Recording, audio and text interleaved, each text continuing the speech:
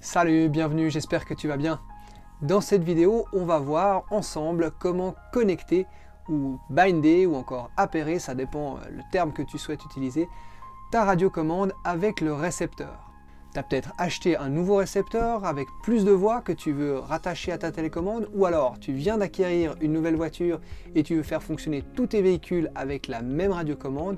Eh bien c'est ici que ça se passe, on va voir ça ensemble. Allez, c'est parti!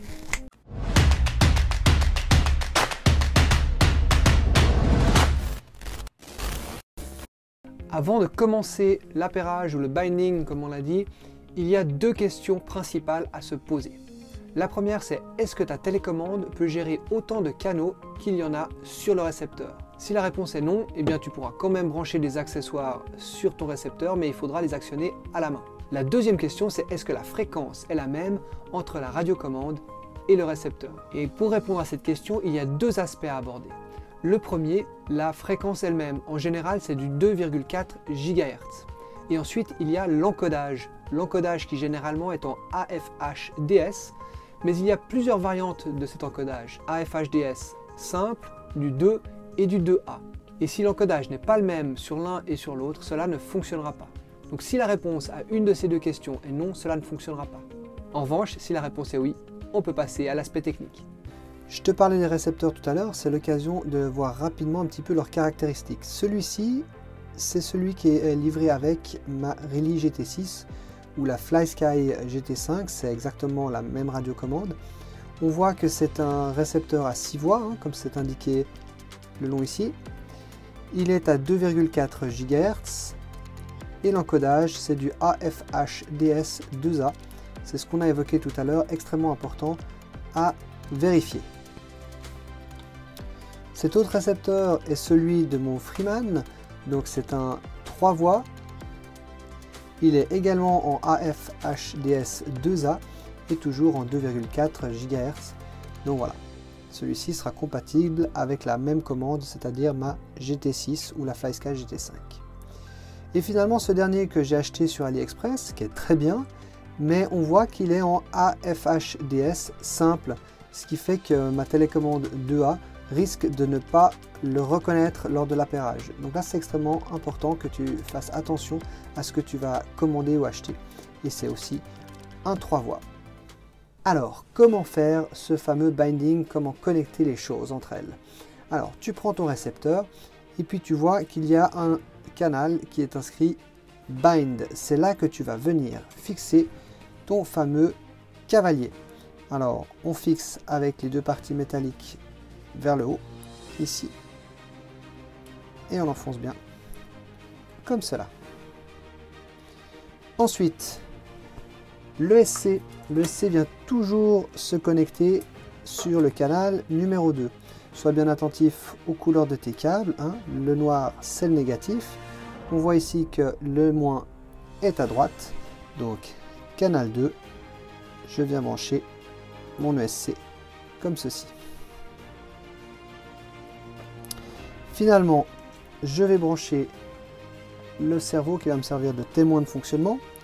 Là encore, je regarde mes polarités, le câble noir à droite, et ce cerveau, je viens le fixer sur le canal 1, ici, tout en bas. Voilà, là, le branchement au niveau du récepteur est fait. J'ai mon cerveau, mon ESC, il ne manque plus que la batterie à connecter sur l'ESC. Voilà qui est fait. Alors, contrairement à ce qu'on fait d'habitude, c'est-à-dire qu'on allume d'abord la radiocommande et ensuite son véhicule pour éviter les pertes de maîtrise, eh bien là, pour le binding, en fonction du mode d'emploi, il faut s'y référer évidemment, eh bien on a tendance à plutôt allumer d'abord la partie ESC et récepteur. C'est le cas pour cette télécommande, pour faire le binding. Regarde toujours, il y a ce fameux bouton Bind, comme c'est le cas ici. Et puis on en a un également sur cette autre télécommande, pour te donner un autre exemple. On voit ici ce bouton Bind. Tu vas voir que dans un premier temps, vu qu'il est en mode appairage, le récepteur va clignoter rapidement, une fois que j'ai allumé. On voit bien, là ça clignote rapidement. Et ensuite, comme le dit le mode d'emploi, je garde appuyé sur Bind et j'allume mon émetteur. Paf! Et tout de suite, il a arrêté le clignotement rapide, ce qui me laisse penser que l'appairage est déjà effectué. Donc c'est ce qu'on va aller contrôler. Ici, je l'enregistre sur la voie 2 parce que je peux avoir jusqu'à 20 véhicules avec cette télécommande et le premier est déjà pour mon Freeman. Donc c'est ce que je vais faire. Voilà. Donc là j'éteins mon petit système, j'éteins également ma télécommande.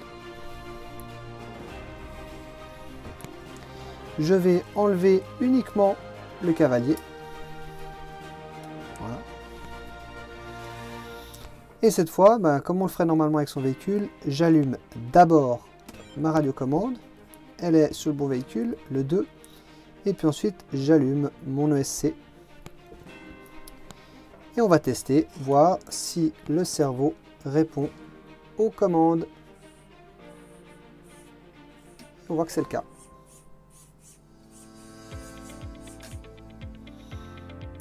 Donc voilà, l'appairage est fait. Je peux maintenant, en toute quiétude, faire fonctionner mon véhicule avec la télécommande et le nouveau récepteur. Pour terminer, un exemple avec un récepteur justement qui n'a pas le même encodage. C'est celui que je t'ai montré tout à l'heure, qui est en AFHDS, mais simple, alors que ma radiocommande est en 2A. Voilà. Donc ce qui va se passer, tout simplement, c'est que j'ai fait le branchement, je connecte pour l'appairage, on voit que ça clignote rapidement. De mon côté, j'enclenche la radiocommande en mode appairage et rien ne se passe, le clignotement est toujours rapide et il ne reconnaît pas la télécommande et inversement. D'où l'extrême importance d'avoir un encodage similaire entre la radiocommande et le récepteur. Voilà, j'espère que cette vidéo t'a été utile. En tout cas, si elle t'a plu, n'oublie pas de mettre un like, abonne-toi à la chaîne pour en savoir davantage et pour soutenir mon travail, je te remercie par avance. Et puis, si tu veux être tenu au courant des dernières sorties vidéo, active la petite cloche. D'ici là, je te dis merci et à bientôt. Ciao!